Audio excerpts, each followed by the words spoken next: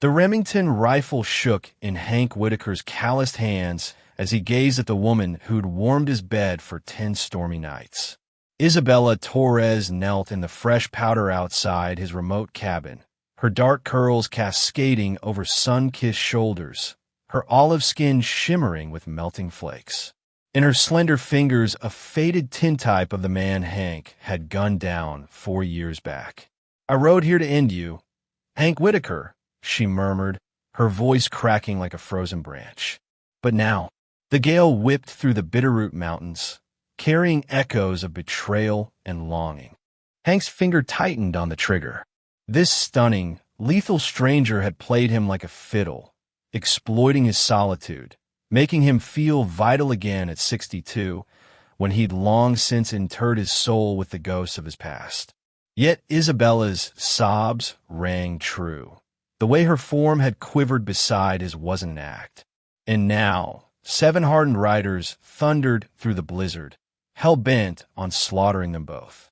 What unfolds when passion turns perilous, when history exacts its toll from the heart? Hank had been chopping logs when a nor'easter slammed into Montana territory that bitter January of 1892. 40 years as a U.S. Marshal, and then a bounty hunter had honed his instincts to read storms like a poker face both could bury you alive if you blinked. His cabin perched 60 miles from Missoula, backed against jagged peaks that deflected the fiercest gusts. Hank had picked this seclusion after too many shadows stalked his dreams. Out here, only his horses and regrets kept vigil. Then came the pounding hooves slicing the tempest. She materialized like a vision from delirium, a woman draped over a sorrel mare's neck, ebony hair lashing the wind. Her mount faltered, and she tumbled into the drift, lifeless. Hank paused, his marshal's wariness ingrained like rust. Stunning women often masked the deadliest traps, but her lips were turning purple, her breaths faint. Blizzard or not, she'd perish soon. He hauled her indoors.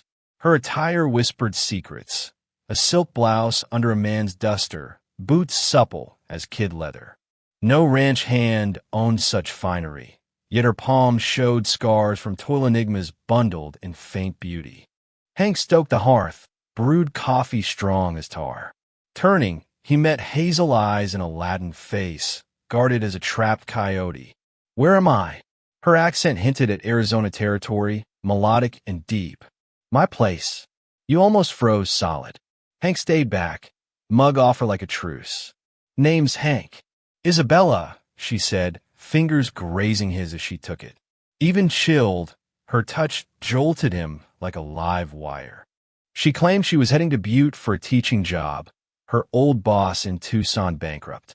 Lies flowed, smooth for most, but Isabella faltered just enough for Hank to note it. Her blouse screamed wealth beyond a schoolmarm's pay, her English too polished for a drifter. Yet the storm howled 4 days, stranding them. Isabella pulled her weight, baking biscuits, patching gear, aiding with his small herd. She glided with innate poise, whether flipping flapjacks or forking hay. And when she figured he wasn't watching, Hank caught her eyeing him with a fire that quickened his blood. "You've taken lives," she observed on the 4th evening, firelight dancing on the gash across his jaw. "Some." "How many?" Hank weighed, fibbing. 27. Isabella inclined her head. "Regrets." "Every single one." The truth slipped out. He seldom confessed it aloud. She edged nearer on the rough-hewn bench, their arms brushing. "What if they earned it?" "No one earns dying, miss. Sometimes it's just the way the cards fall, even if they wrecked families, orphaned kids." Her tone held winter's edge, pain raw as frostbite. Hank pivoted, scrutinizing her silhouette. "Sounds like you've got skin in the game." Isabella's mouth firmed. "Everything's got stakes out here." That night, they fixed wind-torn shingles on the stable, laboring shoulder to shoulder. Hank couldn't help stealing glances at the swing of her hips, the arch of her throat as she hammered. 34 years her senior, and radiant as untamed prairie she was off limits. But when her gaze locked as over the lantern's glow, he spied mutual hunger, risky and raw. making his grip falter worse than his debut shootout. "Hank," she breathed, and the sound of his name on her tongue nearly undid him. "Best turn in. Storm might lift come dawn." Isabella searched his features. "What if I hope it doesn't?" The words lingered like embers. Hank wrenched away, but her palms seized his sleeve, searing through wool. "I'm done with charades." He wheeled back. She'd closed the gap, breath fogging the chill air. Up close, he tallied the amber flecks in her eyes, the scatter of moles on her cheek. Her mouth parted. "You don't grasp what you're stirring." "I grasp plenty." Her whisper dropped low. "Question is, are you too scared to claim it?" Hank Whitaker had stared down Comanche raids and border outlaws, but Isabella Torres unnerved him like no lead ever had. On the 10th night of their isolation, she sat flush against him, her leg pressing his, her jasmine scent muddling his thoughts. "Tell me about her," Isabella urged, fingertips skimming his scar. "Who? The blade or the woman who made you swear off love?"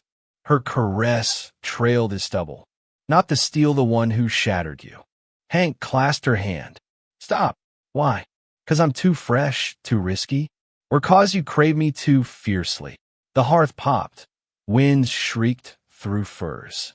Hank should have retreated, but her digits laced his, soft against rough, vitality meeting grit. "There was one," he conceded. "Ages ago.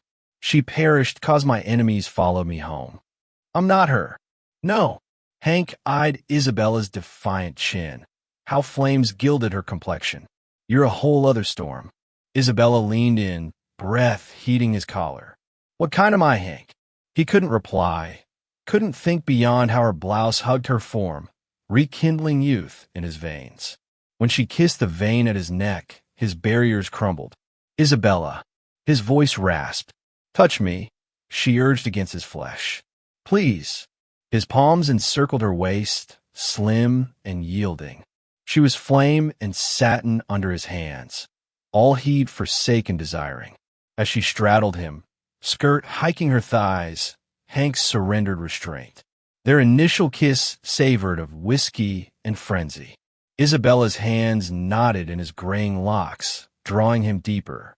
She rocked with fervor, matching his, decades of isolation melting into craving. Hank bore her to his bunk, palms worshipful on her heated skin. She was exquisite, halting his breath-long limbs, entwining him, spine bowing as he revered her with mouth and touch. Her moans reverberated off timber walls, sweeter than any saloon tune. They coupled with the fervor of the condemned, chasing redemption.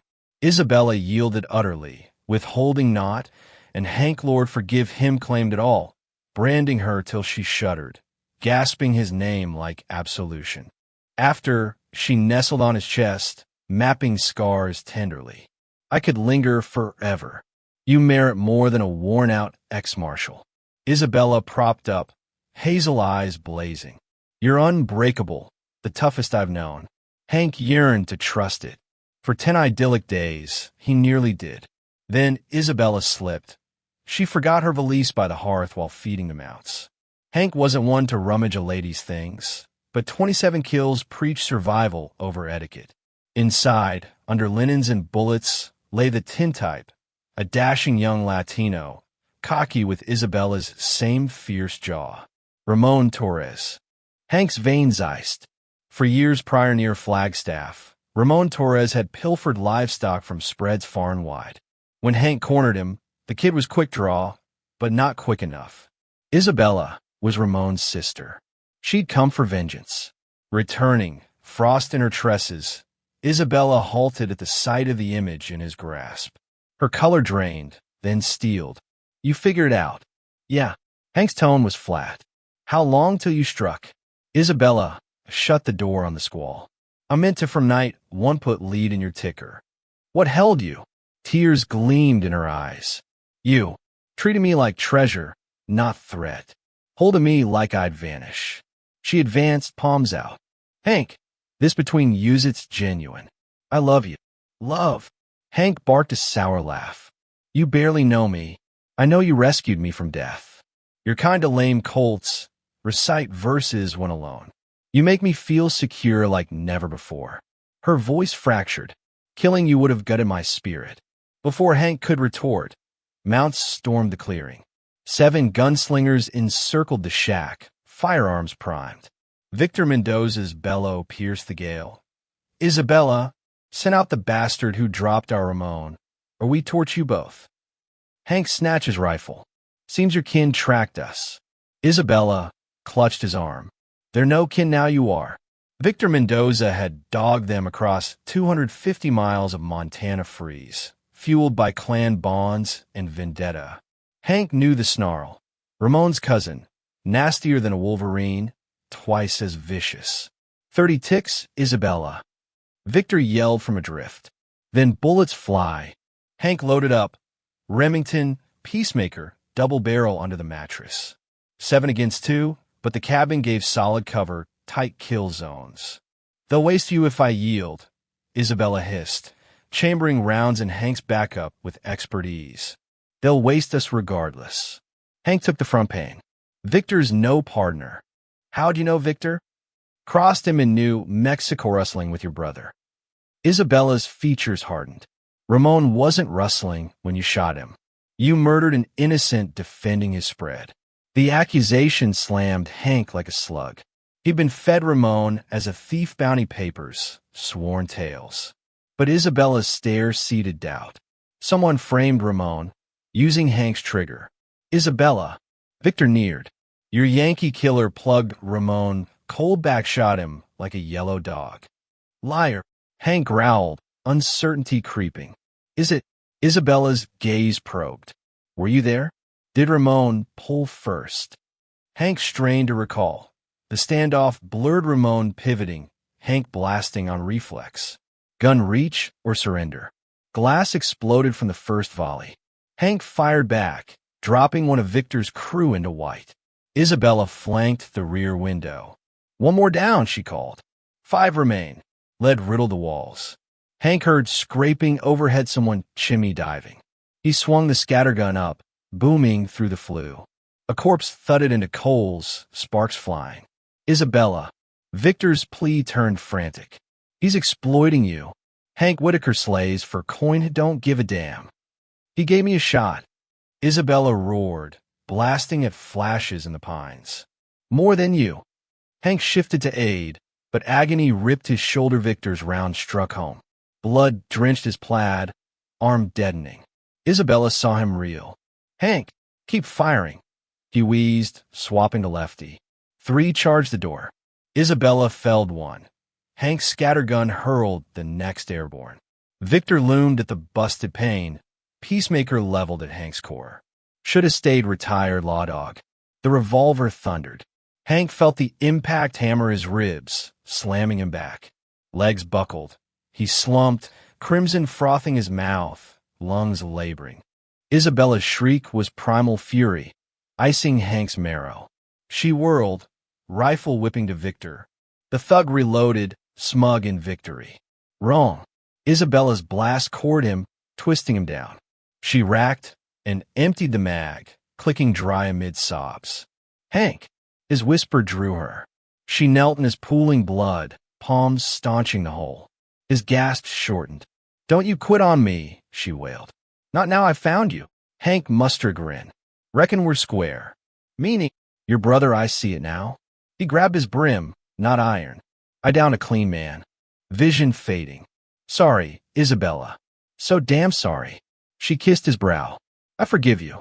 Ramon would to have never sought this. For 8 weeks, Isabella tended Hank from the brink. She dressed wounds, spooned soup when he weakened, cradled him through delirium, naming slain foes. Gradually, Hank mended, but recovery unearthed truths. He was too aged, too tainted, too fractured for her. She needed prospects, not phantoms. The dawn he stood unaided, Hank faced the gut-wrenching call. You got a ride on.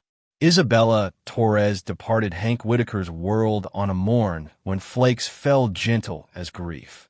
She'd pleaded, vowed age and repute meant zilch, but Hank stood firm. heart-fracturing per syllable. "You're 28, he'd said. "I'm pushing 63. "What future's that?" "The one I crave." 8 years roll by. Hank traded horses for a spread near Kalispell, nightmares easing.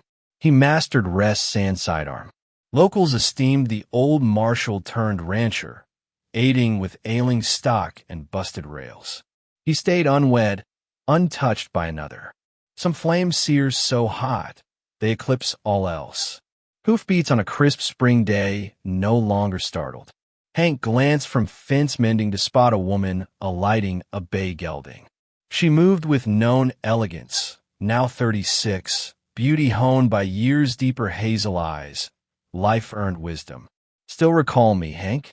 They wed that summer, building a life on shared scars and second chances. Hank found peace in her arms, Isabella fulfillment in his strength. No more ghosts, only tomorrows.